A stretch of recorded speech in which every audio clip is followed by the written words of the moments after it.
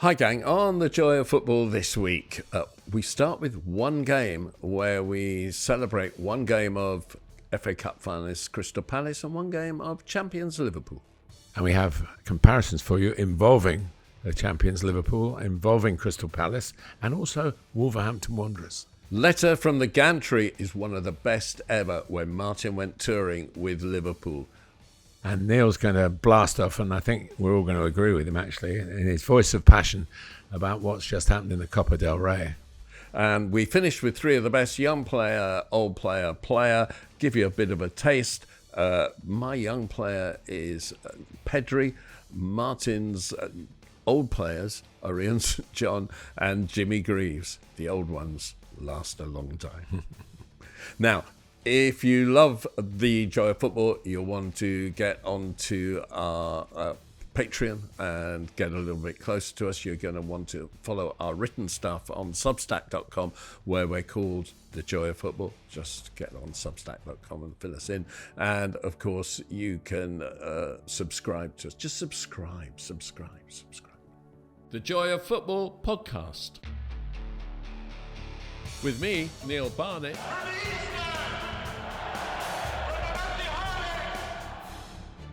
And with me, Martin Tyler. Looks like Xavi! Rüdiger! Aguero!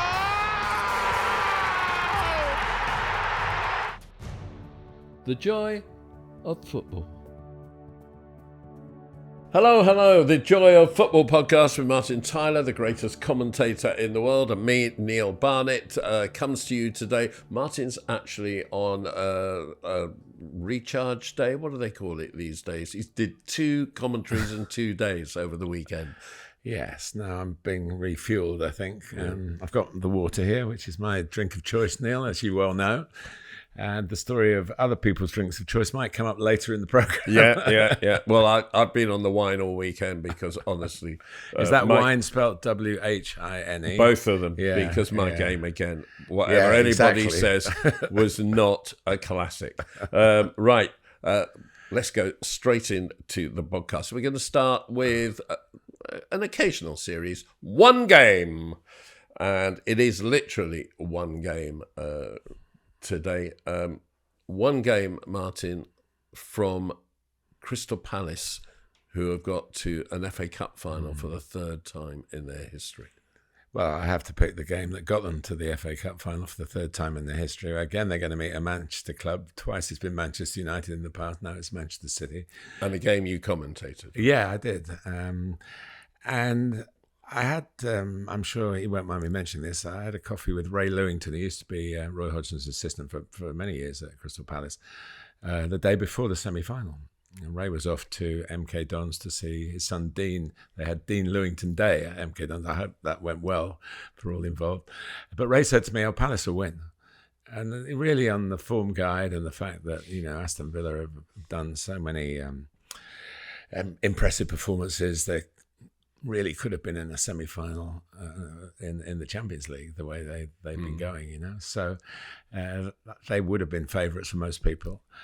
But they are the one factor facts that made Palace a good shout. Maybe Ray was taking this into account.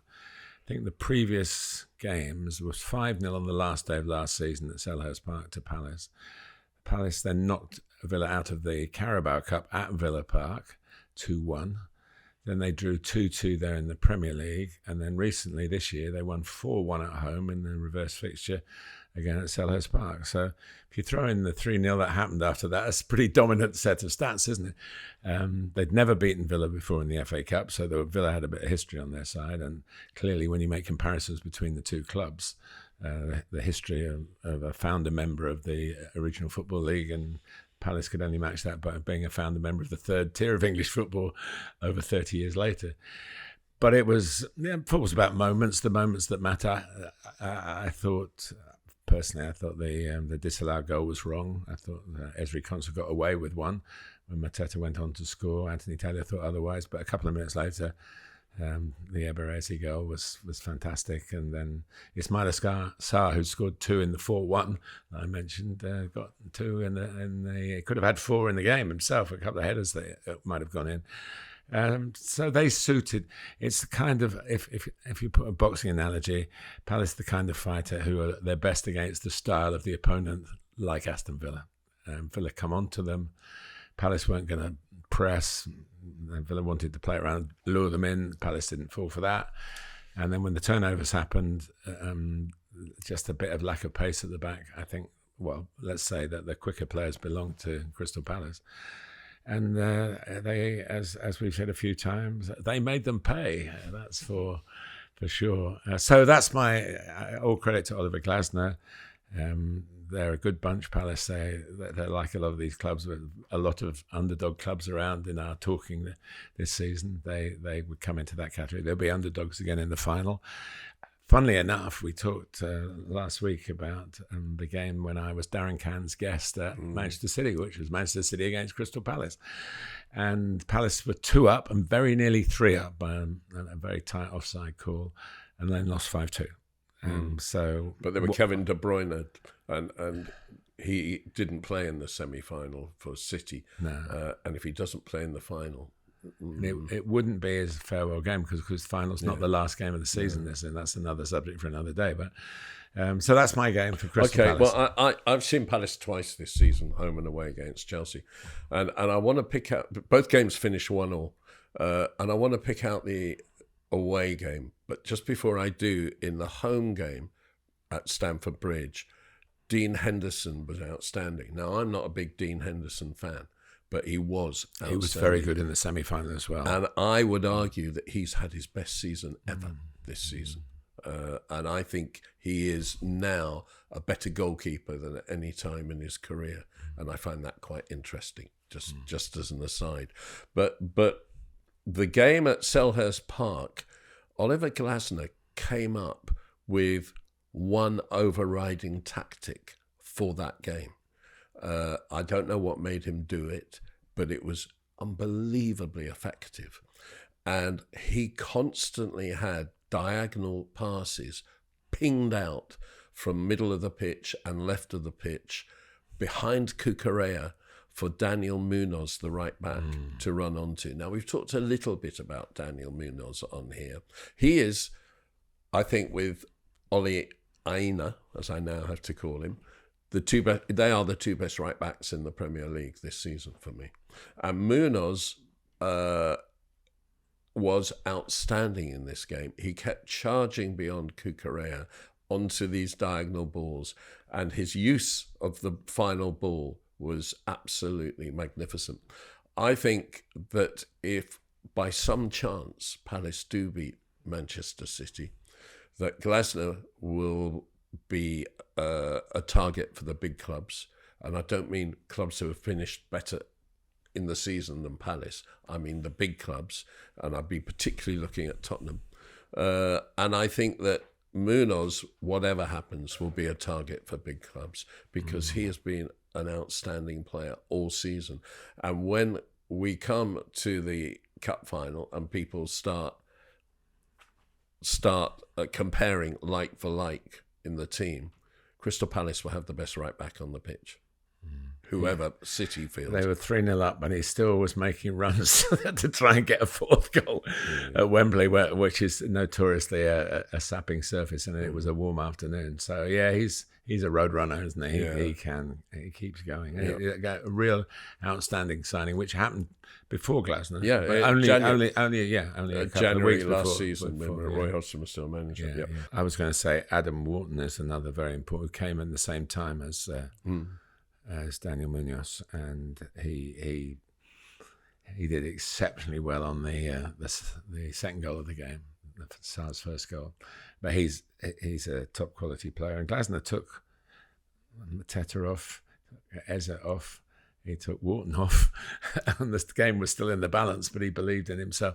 And of course, he's won the Europa League with Eintracht Frankfurt, and one of the stories leading up to the game was that he went to see them when they came over and they played Spurs, of course, recently, the leg in London, and Oliver went to the Eintracht hotel and caught up with a few old friends. We couldn't quite find the recipe for beating Tottenham for his old club, could he? So. Right, one game Liverpool champions 2025. One game. Well, I can have one leading up to the one, if you like. I was given over the holiday period the game away at West Ham, and to be, just by the way the fixtures fall, I hadn't seen Liverpool underslot in the flesh. So kindly, the Premier League allowed me to go to the game at Spurs, which was a week earlier, which Liverpool won 6-3, and then they beat West Ham 5-0. So in the two games that I've seen them play, they've scored 11 goals and looked like the champions that they were pretty much they're destined to become, I think. The others were falling away, really. The capacity to mix, as I say, more sanguine football, sensible football, a bit more of control football, not to go hell for leather with... You don't have to score with every attack, and I always felt that Jürgen Klopp wanted his team to do that, but yet they scored 11 goals. Yeah, they conceded 3 at Spurs. It was an amazing game. It was what they used to call it's a holiday fixture. Strange things happen over the holidays. If we go back to that amazing Boxing Day back in the early 1960s, so I've seen them at their very best. I can congratulate them all. We're going to do a little bit about them later on in the podcast, but. Those were both away games, 11 goals, not bad. You'd forgive them letting in 3, wouldn't you? Yeah, I think that we all basically know his first choice defence. It has changed with fitness and injuries, but you think it's Alisson in goal with Alexander-Arnold, Konate, Van Dijk and Robertson, and Tsimikas has played some games, and Gomez has played some games at the beginning of the season before he was injured and so on. And then Gravenberch. And he's been a great success, by the way.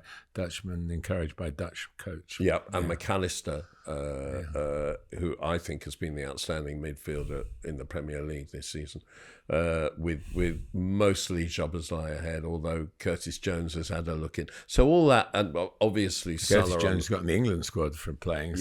And obviously Salah on the right wing. So the only kind of positions of interest have been really the centre forward. And the left wing. And I was intrigued, when they beat Manchester City in what was such a huge game at Anfield, 2-0. They beat City home and away 2-0. And let's face it, Liverpool-Man City this decade has been the big rivalry of the Premier League. And in the Champions League, of course, they met as well in that period. Yeah. So I think even though Liverpool sort of built into that, I think... they won the league in 2020, and that was really the first time in the league they'd really pushed City. Obviously, they won the Champions League the season before Liverpool, but that was the first time they really pushed City. I think it's been this decade that the Pep Jürgen thing has been really huge. Well, they came up close a couple of times, so it is a proper rivalry. Yeah, and especially Klopp and Pep were obviously very passionate. Their emotions. You're not going to keep anything. And they lived it in the Bundesliga before. Yeah. So I think it's been the big rivalry. And I think for Liverpool to win 2-0. And the interesting thing about the game at Anfield was the left winger was Gakpo and the centre forward was Diaz.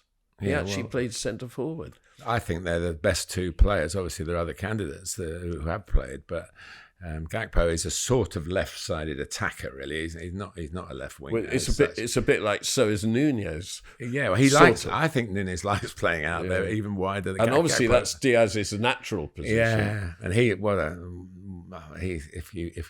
I'm putting him in the same envelope as Daniel Munoz.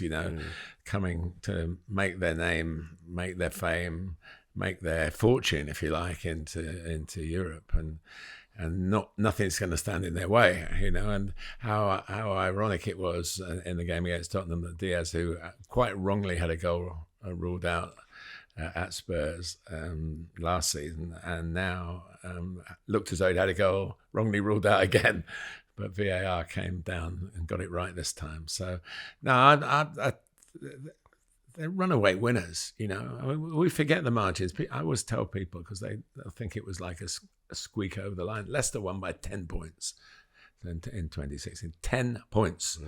And Liverpool may well win by more than that. Yeah, and when they beat Man City at Anfield, Liverpool were first and City were second.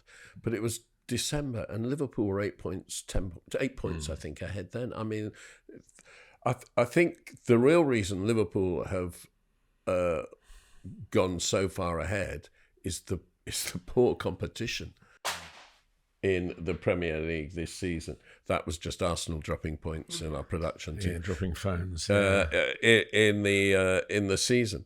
But when you think... But they got maximum points in the Champions League stage.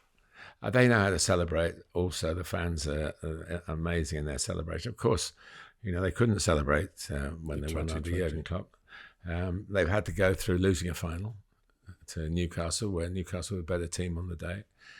Losing at Plymouth in the FA Cup, where Arne admitted pretty much straight after the game he put too much trust in players. He didn't really know whether they could, probably didn't know the strength of a club that was in dire straits in the Championship. And of course they didn't punch their weight in the end in the Champions League as well. So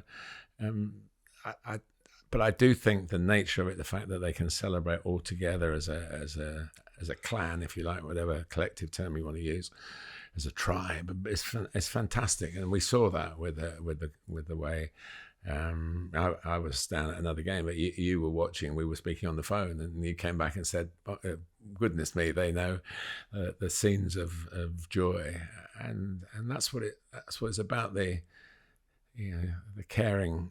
It's a club that's deeply sensitive, but that also gives it deep passion, extra passion, I think. And they've blown everybody else out of the water in the Premier League, and you cannot imagine how hard it is to do that. Liverpool.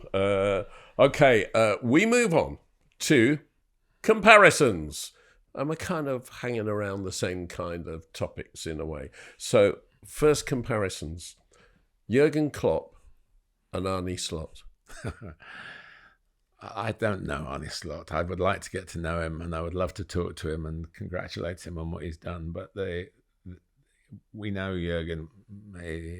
His personality was written all over his time in every dugout in every match, and the driving force, the leader, the one that took a club that was still hadn't won a Premier League and got other trophies, and then finally got his hands on the Premier League, which again was a fantastic, at a very difficult time in society, let alone in football. And somebody who's left an indelible mark on English football and world football, to be honest with you. It's a word you can say. They used to say, if you're English and go around the world, you say Bobby Charlton, everyone know what you're talking about football, even if they don't speak your language.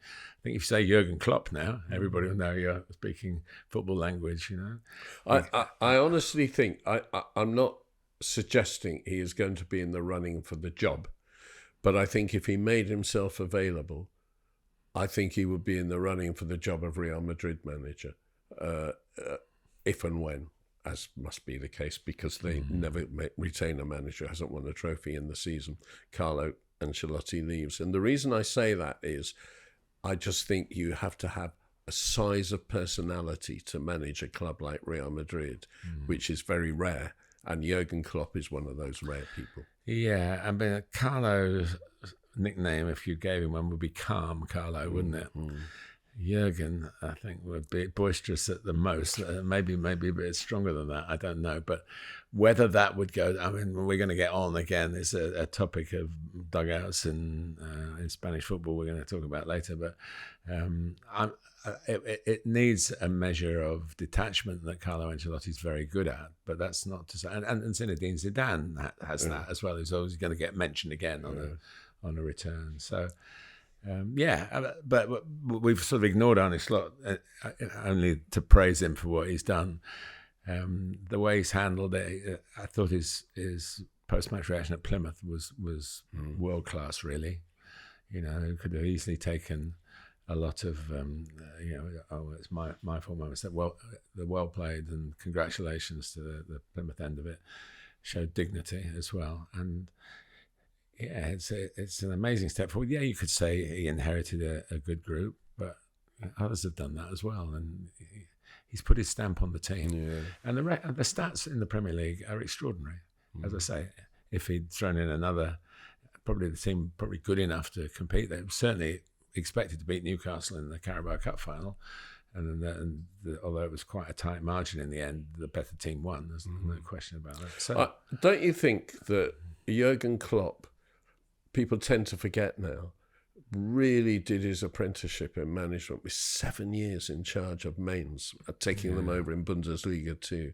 And in the same way, Arne Slot spent quite a long time managing AZ, RZ, whatever you want to call them, Alkmaar, in the Netherlands before going to Feyenoord. And these are guys who have learnt their trade. And I do think now that some of the big clubs are looking at managers and trying to spot talent developing in the way that they try and spot player talent developing, and they're getting them either too early. Xabi Alonso obviously came into that category, didn't he? He's now well in the frame, but he was learning his trade a little bit out of the spot and did fantastically well.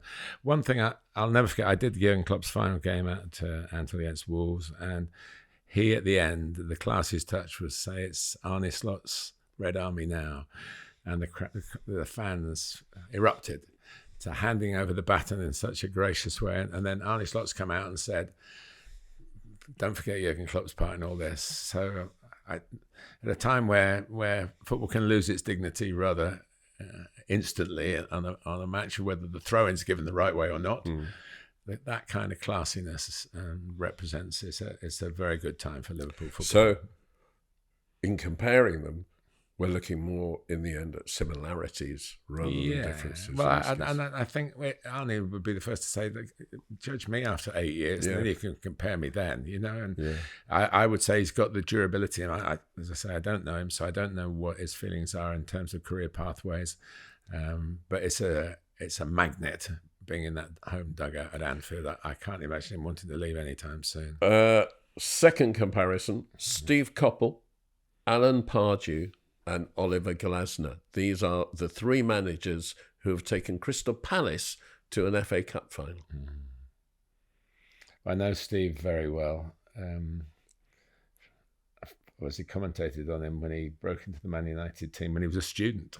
He played in the cup final, I think the Southampton Cup final. Well, he was in the squad anyway. He was a student. He was a part-time footballer. And at Liverpool University, he was at Liverpool, not even at Manchester. No, at Liverpool University. Yeah, he's a Merseyside man rather than a Manc, and then of course had an outstanding playing career, but quiet, very effective, and never quieter than when he didn't tell anybody he could do a long throw in 1982 in the World Cup. Only told England the training session that they were looking for somebody to throw it, and he said, I can do a bit of that. And then, I don't know, 25 seconds into the opening game, he threw it in, Terry Butcher flicked it on, and Brian Robson scored. History was very recently in the making. That was one from the training ground, but only like 3 days earlier. He was an interesting player because as a player, he was a right winger who wasn't really a winger. He was a footballer who he didn't really have a great deal of pace. He didn't really beat people. Didn't have a great deal of skill. He was a pass and move with vision and quality, and an eye for a goal as player. well. Yeah, and he was very much a modern footballer in that sense. But as a manager, he was very direct. Very direct. His team was direct, and it was physical. It was Wimbledon. I mean, it was, you didn't want to, you were in a game physically when you took on Steve Coppell's team. And of course, he had Alan Pardew in his team. I mean, you talk about winning semi-finals. Alan Pardew scored the winner against Liverpool in 1990, in the season where they lost 9-0 at Anfield in the league. And then Alan Pardew took them as a manager. Was it 2016? 15? Yeah, 16, and where they faced Arsenal. I saw the little dance. They showed the goals when I was at the ceremony, and when Palace scored first in the final. Jason Punchin scored, didn't he? Yeah, and of course, why not? It was just a different kind of thing. If he just jumped in the air, nobody would say anyone scores 1-0 up in a semi-final. I've got one thing in common with Arne. We both played for Corinthian Casuals, and we do meet each other from time to time. We go, "Hi, casual. Hi, fellow casual." It's a nice thing to say. He grew up. He was a much better player than me, and he obviously went on to play. He grew up a big Chelsea fan. He was massive, and even when he was managing, he was a massive fan of Jose Mourinho as a manager. He came for Corinthian Casuals 10 years or so after me, and they were on and up. Then they had Andy Gray, who played a game for England, also played for Crystal Palace, of course. And Pardew went through to great things, and he had a good managerial career, Alan. I'm surprised he hasn't gone back in, actually. I am a little bit, yeah. But he's a very good pundit. Steve keeps himself quietly away, but he does smile. He's got a nice smile, but you don't always see it in the professional capacity. But at the final whistle, lots of cutaways of him in the coverage of the semi-final at Wembley. At the end, he had the proper smile on. But I think Alan Pardew mixes up his football more than Steve Coppell did. Steve Coppell was fiercely one way of playing, which worked at Reading as well as it worked at Crystal Palace. So he's had a great career as a manager. And Pardew, though, I think mixed it up a bit more, whereas Oliver Glasner has gone the other way and gets them playing football. Yeah, but counter-attacking football, and also very much, the way they're winning these games is that they don't go pressing. If they think they can out-press a team, of course they'll do it. But it befuddled Villa, who started off with, as they often do, with Emi Martinez putting his foot on the ball and saying, "Right, wait, you come and try and get the ball off me, or close down the ones I'm going to pass it to, and then I'll whack it long, and we'll get in."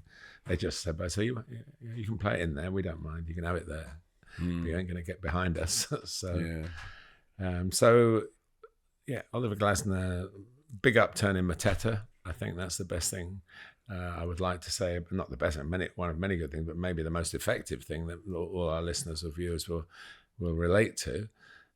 Turning somebody who was only a squad player without any proven goal power, suddenly his stats under Glasner has gone through the roof. The other thing, obviously he had to deal with the loss of Michael Elise in the summer, but also he lost Jerome Anderson back to Fulham.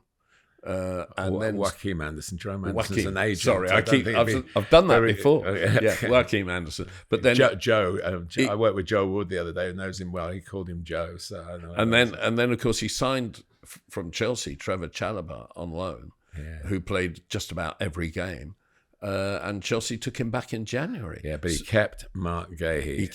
Against absolutely odds, because the big club, Newcastle in particular, would have changed, probably upgraded his contract a lot. And coming back off an excellent Euros. Yeah. And he made sure he kept him. He promoted, when Chalobah went back to Chelsea, Chris Richards, the USA defender. He's had a good second half of the season. He was back from suspension for the semi-final. Do you know what, Neil? The things that I always try and make sure that I don't say. It's my age. A lot of people listening to this think I'm balmy, but you might understand. I want to call him Cliff Richard all the time.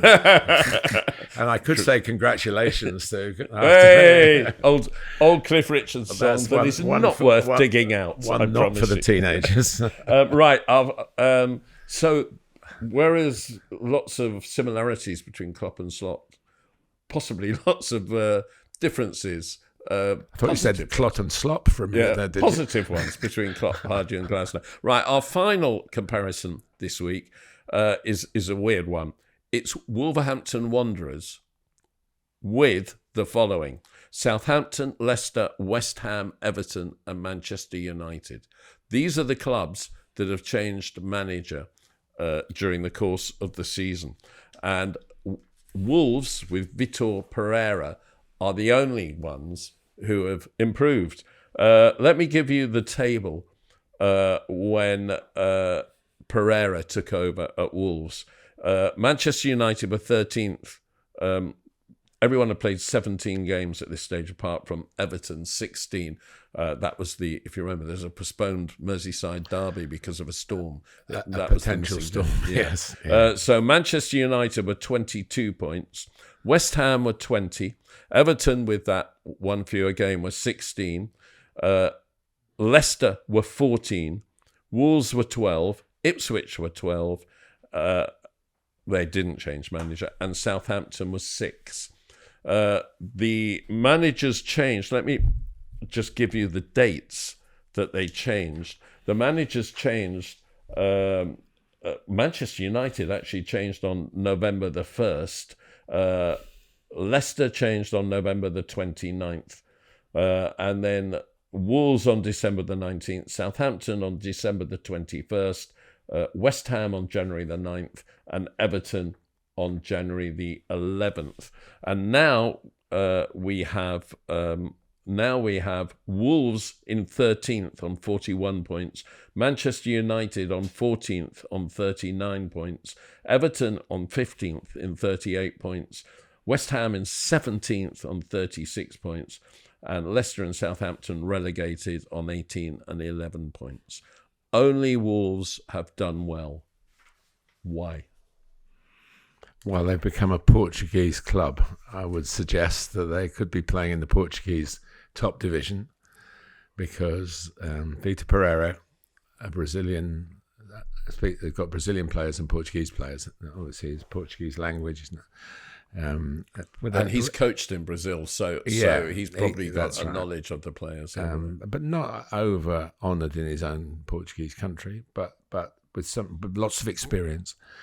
And I think Gary O'Neill was getting more fretful as the season went on, and things he felt were going against him and his club. And probably there was maybe a bit of a disconnect developing. There obviously wasn't before, because Gary had some very good times as the manager of Wolves, but it needed somebody to come in who could maybe just repair that particular rift. And I think he must have done that. I mean, I did one of his early games. They beat Manchester United in December. Deservedly so, but it was still seen as maybe a bounce effect. But we're now talking when he's won 6 games in a row, and it's surprisingly not higher up the table, to be honest with you. They've played some good football. They've got the best out of not only their Portuguese-speaking players, but Strand Larsen, who's a cultish striker with a bit of international experience, but not a lot of top-level league experience. And he's been scoring. He scored at the start and then had a very lean period. Now he's scoring regularly again. He's thrilled to bits. His celebrations, I mentioned before, his celebrations are worth watching because of the naivety, the gaucheness of it, really, that he's so thrilled that he's doing it at this level and he can't contain himself, you know. It's not as though, it's almost as if he's surprising himself. Or Cunha, who scored one and assisted the other 2 in the most recent win. He's had his troubles. He's had his ban. He looks like he's somebody that, if you're going well, he'd be a good player. I think he's a top. But he's got to do a bit more when the opposition in possession. Pereira's really worked on him on that. He has, and I'm not sure that that's a battle you can win forever in a day, but this is a short period we're talking about in the end of the season. They're mightily safe now. And of course, he goes down to the pubs, Pereira. That's what I love about him. He's man of the people, very shrewd. Now, maybe he's like that anywhere, but he's managed a lot in the Middle East. He wouldn't have been like that in Saudi Arabia. But the truth is that is a very wise, smart move. But you can only do it when things are going well. Yeah, I might point out he went to a Wetherspoons pub, so it wouldn't have cost him too much. I would to buy the round. I would imagine he wouldn't have had to buy a round. They'd be queuing up to buy him drinks. I think my time and again stated mantra is, if you're a struggling club, you need a goalkeeper who will win you 10 points a season, and a forward who will win you, a goal scorer who will win you 10 points a season. Jose Sarr is that kind of goalkeeper. He's a pretty good goalkeeper, Jose Sarr. He's a proper Premier League goalkeeper. And Cunha was that last season and is more than that this season. But Larsen is that as well. I think he's taken over a side that I think some of us, me especially, need to apologise to Wolverhampton directors of football or whatever over. It's got some good players. And when they sold Kilman and Neto in the summer, it just looked like curtains. And I think probably the players felt like that. And that's why they started so poorly. Well, they feel like that if Cunha goes, which seems pretty likely. Yeah, and we'll see. But I mean, they've lost Ruben Neves and João Moutinho in the past, players like that. But I mean, Pereira's got a history of walking out on clubs if he doesn't feel they're run properly, and Wolves have got a history of managers walking out on them. So it'll be interesting. Where are you now, Julian Lopetegui?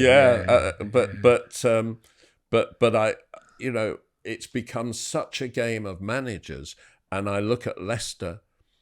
And Everton and Manchester United in particular, I'll leave West Ham out of this. I just don't think they've got the players. Southampton, Leicester, Everton and Manchester United. I saw Everton lose at Chelsea.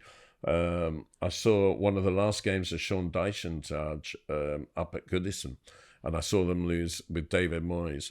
And I'm sorry. Pickford's obviously a good goalkeeper, and Branthwaite is turning into a good defender. And I wouldn't give you 10 pence for the rest of the squad. I'm sorry, I wouldn't. I think they're a really poor squad. And if they'll move into their new stadium in summer, and they'll go straight down if they don't get half a dozen really quality recruits. New ownership, and I don't know how much of the stadium is still left to pay off. That's always an issue. But I like Ilman and Jai. Maybe you haven't seen the best of him in those two games. I have seen him play really well. But in this game, he got subbed at half-time. I don't think he was injured. But what? Just to finish off on this, is that the teams that changed their manager were in the bottom 7 or 8. So that's why the manager gets changed. And they're still there. So, but they may... Two managers may have the same problem. You can't guarantee that you're going to improve it. Yeah, but the league table never lies. So true. The one interesting one is West Ham, who got rid of Lopetegui and brought in Graham Potter, a manager with a philosophy, as we all know, and it's not served West Ham well. But I also look at West Ham, and they came into the season with Antonio and Füllkrug as their squad selection centre forwards, and they played Bowen up there most of the season because both have been injured, and I wonder if it would have been better if one of those had been fit all season. But defensively, they've been embarrassing. There's one last thing about it. Players are human beings. I always look at games and say who needs the win the most, or the more it should be grammatically, and it often turns out the answer to that question is the answer to the result of the game. And when you're West Ham, you're 15 points clear of the bottom 3. It doesn't, in the end, it's not a result that's going to define your future. Obviously, you want to play well. Obviously, you want to win. And I'm not in any way saying that but subconsciously, to reach the levels, we all glory in that, oh, goodness me, they punched above their weight there, or what a complete performance that was. Often you can find an incentive. It's not, again, something that they just trot out. And that's why I go back to Liverpool and say, well, because they have made every game very special and got the results. Yeah, but you look at Wolves and you go, oh, Cunha, oh, Larson, he's been a good signing. You look at West Ham, and obviously Bowen's been a fantastic signing, but that's a few years ago now. Who I would pay to watch Joe Bowen play. Yeah, I agree. He's fantastic. I agree, but who else? Kilman, what's he done? Kudus has got skill, but he's he's hitting. He's a good watch as well. Paquetá, everyone raves about Paquetá. I'd love to play against him every week. I mean, he'd love to play against you, Neil. Actually, I can get that in writing for you if you want. But you know what I'm saying, and it's West Ham. I don't know. It's a bit of a graveyard at the moment for signings, and someone's got to step up and show that it's got to be different. And a manager's got to get the best out of them. And as we speak, it's 5 weeks till the transfer window opens, something like that, maybe 6. So these things are going to click into place, and be lots for us to talk about through the summer, that's for sure. Right. I'm really looking forward to this today. Yep. Grab your passport. This is Letter from the Gantry by Martin Tyler. Letter from the Gantry. Thanks, Neil. As a tribute to Liverpool regaining the Premier League title and becoming champions of England for a record equaling 20th time, I would like to share with you a tale of a trip with the club in the middle of their most dominant period, a hat-trick of titles between 1981 and 1984. To be precise, it was the week leading up to Christmas 1982. Christmas Day itself fell on a Saturday that year, and with Sunday football not yet a regular part of the calendar, Liverpool FC found themselves with a 9-day break between playing away to Aston Villa on Saturday the 18th and at home to Manchester City on Monday the 27th.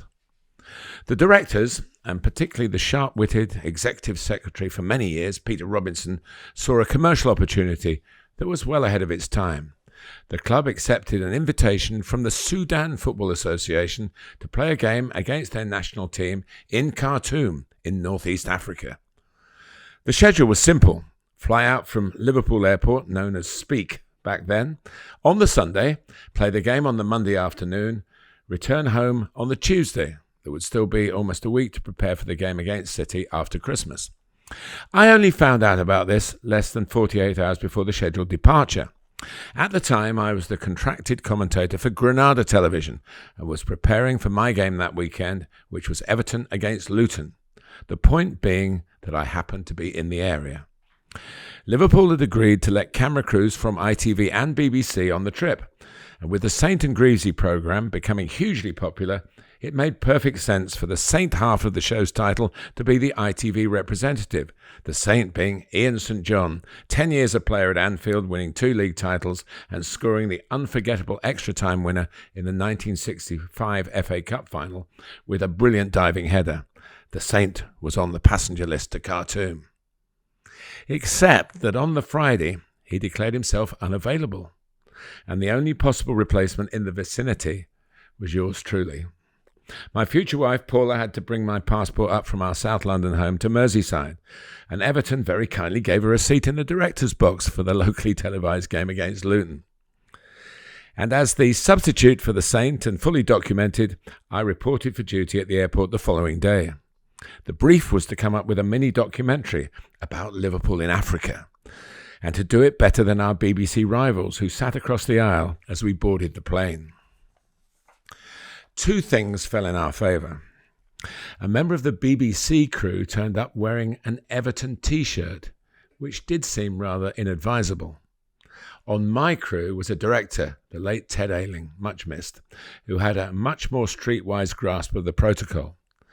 Ted buttonholed Graham Souness, then the club captain, and very much the leader of the gang. Our message was that anything we wanted to film, we would quietly check with Graham himself.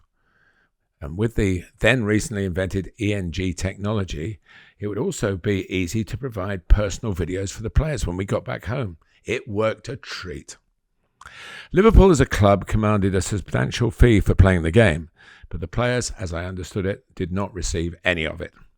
Instead, it was made clear by the iconic manager Bob Paisley that they could enjoy themselves. The journey out took place on what now would be called a recovery day, after their efforts at Villa Park, where they'd won 4-2. Rehydration was important on the trip, but not perhaps in the strict structure of today. Let's just say the squad, with 1 or 2 exceptions, took full advantage of the relaxation of the rules. We knew our boundaries too, and what appeared on the screen when the footage was edited had not one drinks trolley in shot. Bruce Grobbelaar, an African himself, starred in the actual programme. We followed him into a Khartoum Kasbah, and his knowledge of bartering made souvenirs of the trip much cheaper for the players. We went to see where the White Nile meets the Blue Nile, and Craig Johnston, who grew up in Australia but like Bruce was born in southern Africa, christened the joining of the 2 mighty rivers as the Light Blue Nile.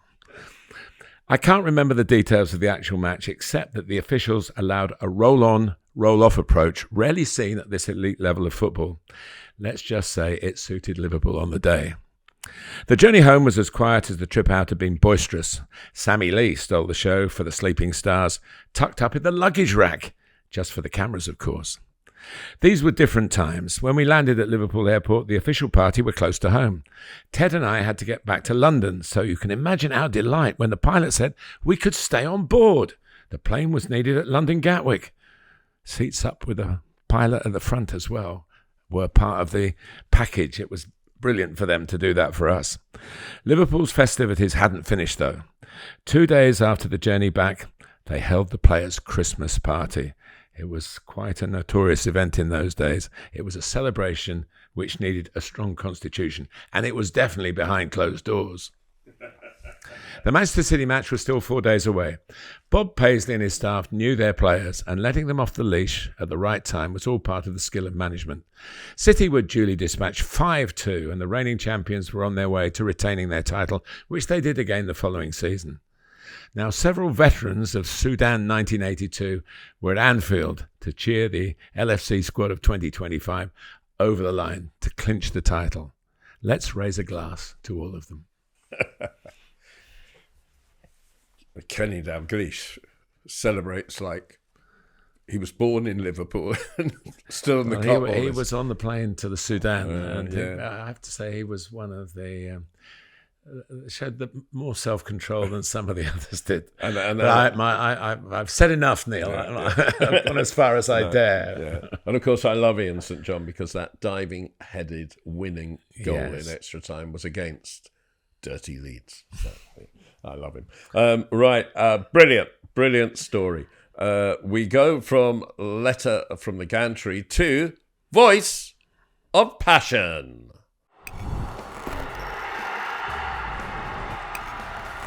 Voice of passion. With Martin, of course, providing the voice of Well, I reason. don't think today. I think, and obviously you're about to speak, but Yeah. I have a feeling I might well be on the same page. Martin's favourite put-down word in football is entitlement. The belief in the pyramid and the teams who believe they have an entitlement to winning. A given right. Yeah. And Real Madrid have become the worst team in the world at this, and possibly the worst team ever. Their support of the Super League, and it wasn't their support, they were really the founders of it with Barcelona and to a lesser extent Bayern Munich.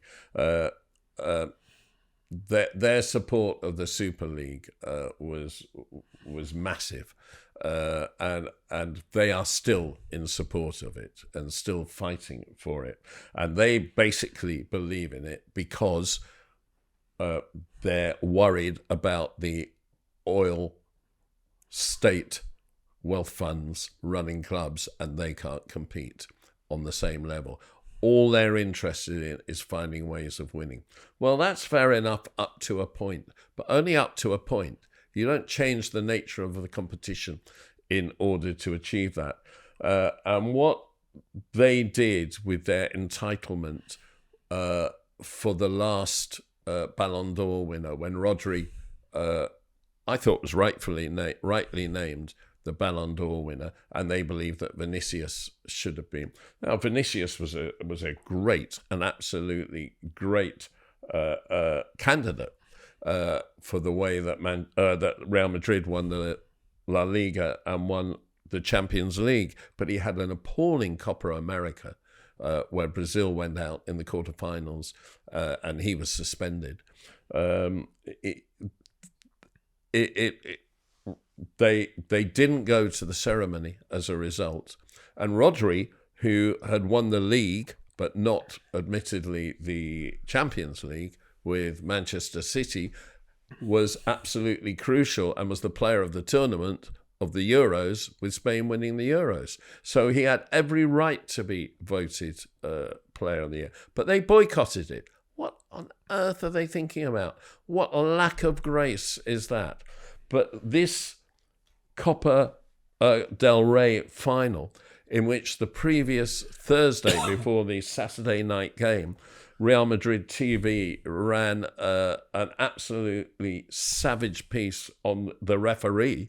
Who'd been appointed to the final. Yeah, and saying they wanted basically a refereeing change. And Real Madrid have used their TV channel a lot in order to have this kind of propaganda. I mean, it's absolutely appalling. He then had a pre-match press conference, which you don't get over here in England, of course, to talk about the final, and broke down in tears over the kind of savagery that he was treated by Real Madrid TV with. Real Madrid had to put out a statement saying they weren't going to withdraw from the final. It was thought they were going to withdraw. So they get to the final. Terrific game. They were terrible in the first half, Real Madrid. Barcelona was way better than them. They were the better team throughout the second half. They went from 1-0 down, they went 2-1 up. Mbappe, who was not fully fit, came on at half time and was superb with Chilmani was their best player.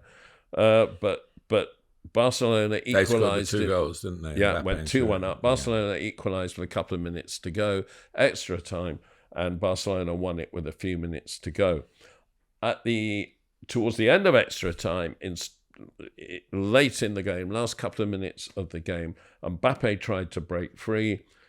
His arms were flying as he balanced in another hard sprint, and he caught his challenger in the face, who went down. The referee blew up and gave a whistle, and the Real Madrid bench went mad. Free kick to Barcelona. Yeah.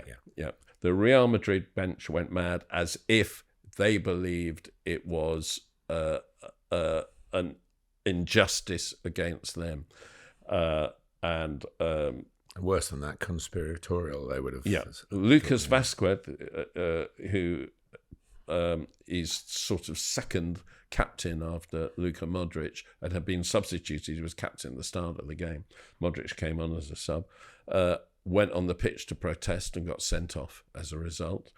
And Antonio Rüdiger, who had come off injured, lost it and had to be restrained by several staff. He's a tall, strong man. Had to be restrained by several staff, and then threw what appeared to be a bottle I at think the it's referee. been said as some ice, maybe a pack of ice. I don't know, but it was. And that's what I read this morning. And he threw it at him, and he got sent off.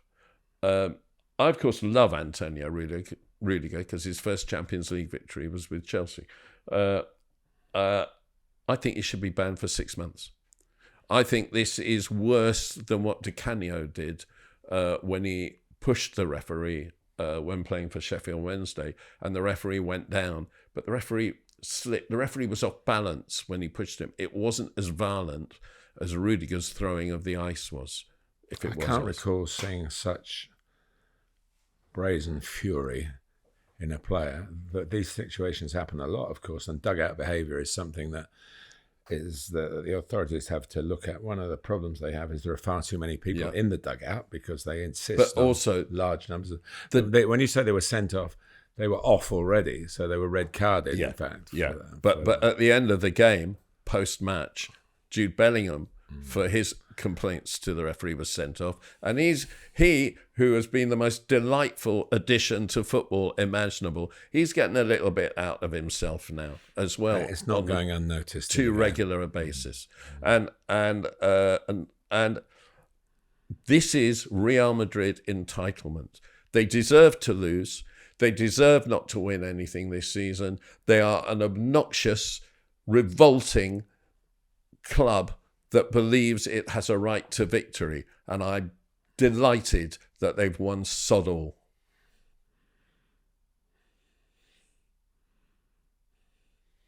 Let's move on. The voice of silence. Well, says it all. I think you've said it all. Okay, Real Madrid. We'll see what punishment. Real Madrid, you should know better. But taking it out of the context of the Copa del Rey final, this is a rivalry that has football's only the way it's shown. This is a rivalry between two parts of Spain. It's beyond football. Oh yeah. The only thing I can compare it to is Rangers and Celtic, which is beyond football. Well, River Plate and Boca Juniors. Yeah, I don't know the history of that, but the middle class and working class, basically. Well, whatever it is, it's not just a football match, and that's why I'm not defending any of this, because it's gross, and I you say that, but I think for the players, it's much more international. I mean, the whole religious thing of Rangers Celtic is embodied in the actual religion of most of the players who are playing in each side, but Real Madrid, Barcelona. I probably meant in Scottish society, obviously. But it was awful, and I wait to see what the punishments are. I hope they're as wide ranging as the trouble is legislation, as we all know, dictates the length of punishments. So I don't know what's in the book that they can throw at them, but please throw it at them. I mean, Rüdiger has since apologised to be fair to him, but too late, mate. You can't be doing that. And actually, as someone who thinks all referees are absolutely horrendous worldwide because of the way that they're recruited and the whole process that they go through, I thought he refereed the game really well. So there you go. Right, we finished today with 3 of the best. And he makes them pay. 3 of the best. He's made them pay, and that completes a wonderful hat-trick. And we're going to try and shoot through this because... Yes. Right, young player, old player, player. By the way, do subscribe. Do go on our Patreon. Do all those things. Let's go. Young player. Well, my choice of young player is Alex Scott. I've seen Bournemouth a couple of times recently. He's only just got into the team. He came from Bristol City with an injury, I think, at the time, and has had. He was out for virtually the whole season. He was a record buy and out for virtually the whole season. Bristol City's record recruitment. He got the biggest fee Bristol City have ever received, about 25 million. Interesting guy, comes from Guernsey. Been speaking about the football in the Channel Islands, where there have been players. Maya Letitia plays for Manchester United ladies, I believe. And she's not related to Matt. Oh, really? Although the families know each other. But that kind of background. So Graham Rousseau, of course. Yeah, Graham Rousseau from Jersey. Who I knew for years and still know as nicknamed Bergerac. Of which there is a new series, which I was a big fan of the old Bergerac, and I've watched the new series, and I think many of you won't have done, but it's different, but they've retained some elements of it. And I enjoyed it. But anyway, so Berge, as we call him, Graham Rousseau. Alex Scott is a midfield player, and he's been playing senior football since he was 16. He played in the Guernsey Have a team in the non-league pyramid, as Jersey do as well. It was interesting that it was at Bristol City because Antoine Semenyo was there as well. So there's a little bit of togetherness, I think, on the pitch from those two. He's tall, he gets in the box. He's got a languid style. He's upright and confident, almost a sort of strolling type player, but they don't stroll at Bournemouth, I can tell you that. They sprint. So I like him a lot. It's still a lot to do, but he's keeping, as we speak, he's keeping Lewis Cook out of the team. I think Cook got in maybe through Cook's injury, and Cook's been a very good player for them, senior player. When you Google Alex Scott, you don't get the Bournemouth player first up on your search engine, because the other Alex Scott, very, very famous, 140 caps for the England women and an excellent television presenter. So, but there is another Alex Scott, and this one plays for AFC Bournemouth. Yeah. My young player, I'm really going to the Copa del Rey final for my 3 of the best. My young player is Pedri. He's still only 22. He wasn't even the first of that series of players who have come through from the Barcelona school. I think the first was probably Ansu Fati, who had so many injuries, and he was on the bench in the final, and he's never really recovered from his injuries. Pedri's been out for a year. Gavi's been out for pretty well a year. They all seem to be overplayed in their youth because, of course, Barcelona have to play so many games because they are an obnoxiously badly run club that's fallen into massive debt and is trying to cheat the system. Real Madrid and Barcelona suffer from the same disease, but Barcelona has something that Real Madrid doesn't. It's got a genius, wonderful school of development, and of course it's now got Yamal there as well. Yamal, yeah. But Pedri, Ansu Fati was coming into a level where everyone was looking at him when he got injured. Pedri established himself at that level before he got injured.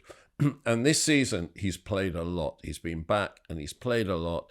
All the stats tell you, all the Opta stats tell you that he has won possession in the middle third of the pitch more than any other midfielder in Europe. I mean, yet he's known for his class. He scored the opening goal from 25 yards past Thibaut Courtois with the most heavenly, unstoppable shot. He played about 95, 100 minutes and then went off because I think they're still managing his fitness. Pedri is back. He's 22 years old. He's one of the best midfielders in the world, and he is a great reason to watch Barcelona. Old player. Well, I got nostalgic writing the letter talking about the Saint Greavsie, to be honest. So I'm going to put up Ian St John and Jimmy Greaves to work on that programme for a decade, as I was privileged to do, to get to know the two guys so well and spend time in their company, listen to their stories, enjoy their quick-wittedness, and to actually get on the football pitch with both of them, not in the same game, I don't think, which was way beyond the level that I should be operating at. And the combination, you've got the Scott with a smile and always a quick liner, a one-liner Ian always had. And Jimmy Greaves, London, a bit more laconic, but definitely with the same reach in terms of humour. It was just a great mix, and I'm glad to see they are showing the programmes on some, I think, on one of the channels, maybe ITV4 or something like that. If you get the chance to see it, the chemistry is wonderful, and I miss them both. It's just a joy to have shared some time with them. Yeah. Ian St John, the ultimate gentleman. Jimmy Greaves, the ultimate party. Ian was a real competitor. We went to cover a game in Greece, and the media bus followed the team bus back to the airport to fly home. It was an afternoon game, so we were getting out that time. But we were pelted with stones from Greek yobs, really. And we had to stop Ian trying to get off the bus to sort them out. He was Glasgow night. I mean, he was a number 9, but he was small. Sure. Yeah. But square, so strong, very strong. Outstanding technical footballer. Yes, yeah. And Jimmy Greaves, the best goal scorer ever. Yeah. End of. Yeah, I love him. My old player, I'm sticking with Barcelona here because I think he's been a bit forgotten in terms of just how brilliant he was. And I think there are 2 reasons he's been forgotten. And the 2 reasons are Zinedine Zidane, who, when he was the Galactico, he was like really the first Galactico that Real Madrid bought in, I think it was 2000, buying him from Barcelona, which was just heard of, Luis Figo. He was the first Galactico, but Zinedine Zidane was the next one. And Zidane was like the top player in the world at the time. And the other reason I think he's not quite remembered as much as he should be is, of course, that he was a winger for Portugal, arguably the best winger they'd ever had. And then Cristiano Ronaldo came along and was the next generation of winger. But Luis Figo was an absolutely outstanding player for Barcelona, for Real Madrid, and for Portugal. The first time I saw him live was for Barcelona, and home and away in 2000 in the Champions League. And he just stood out amongst all the players to be on a different level. He wasn't particularly fast, but he was fast. He was very strong. He was technically genius, and he was visionary throughout. 2-footed, and just what a player he was. And he led that Portugal team along with Rui Costa, but he was the number 1 guy who had a good World Cup in 98 and got to the final of the Euros in 2000. I thought he was the most magnificent player. He went to Real Madrid, and very interesting, you talk about the rivalry, the political rivalry between Madrid and Barcelona. Of course, Madrid is very much the leftover from the Franco dictatorship of the 60s, 70s, and rather right wing. And Barcelona, where the anarchists came from in the Civil War back in the 1930s, are rather left wing. But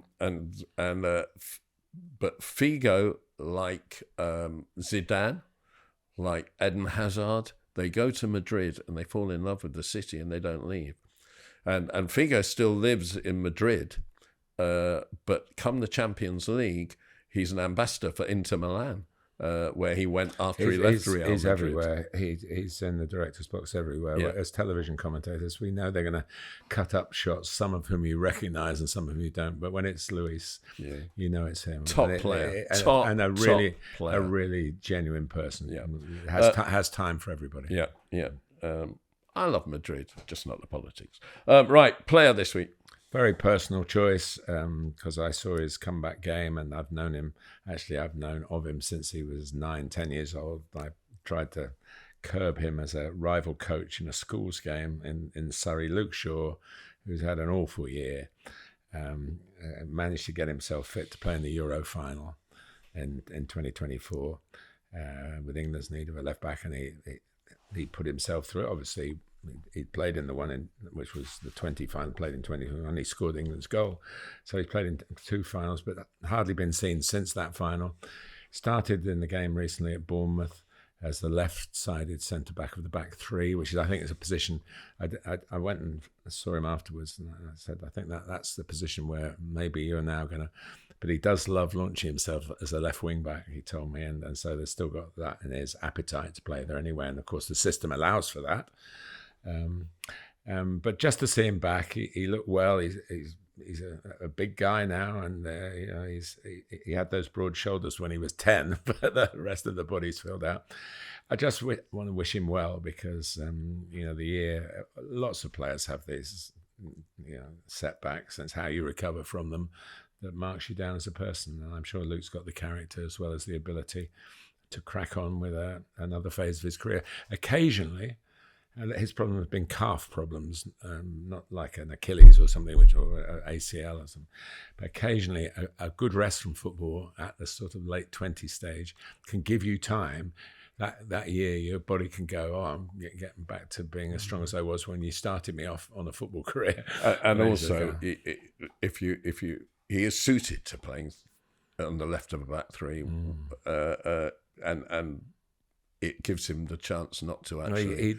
He got that up on the left-hand side to set up the equaliser very late in the game from a more orthodox left-wing-back position. And he's also someone who, in the bad runs of United, stood up to be counted. He never hid from post-match or anything like that. I've got 3 players, all from the Copa del Rey final. I've spoken about Jules Koundé on here before. He scored the winning goal, very unusually, with the shot from outside the penalty area. Basically, Barcelona have changed personnel a lot this season under Hansi Flick, but he always plays a right back. I still think he's a better centre-back, but he's played right back in a World Cup final, and now he's going to play right back in the semi-final of the Champions League, so who am I to say?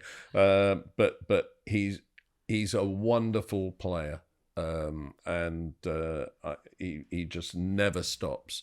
And someone we know well, Terry Gibson, who's the first-choice pundit, and rightly so, on a co-commentator, call him what you will, on the British version of Spanish coverage, said that he was really surprised when it happened, and he's not the play-by-play man. He's watching it unfold, and then he's going to make his comment. Actually, his first was, no, the shot's the wrong thing. You don't do that sort of thing. You score from headers, from corners, and things like that. But Terry said he proved my thoughts wrong. It was right in the bottom corner, wasn't it? So, yeah. But a terrific player. For Barcelona, centre forward Robert Lewandowski was injured. Ferran Torres played centre forward, and he's been basically the backup centre forward all season.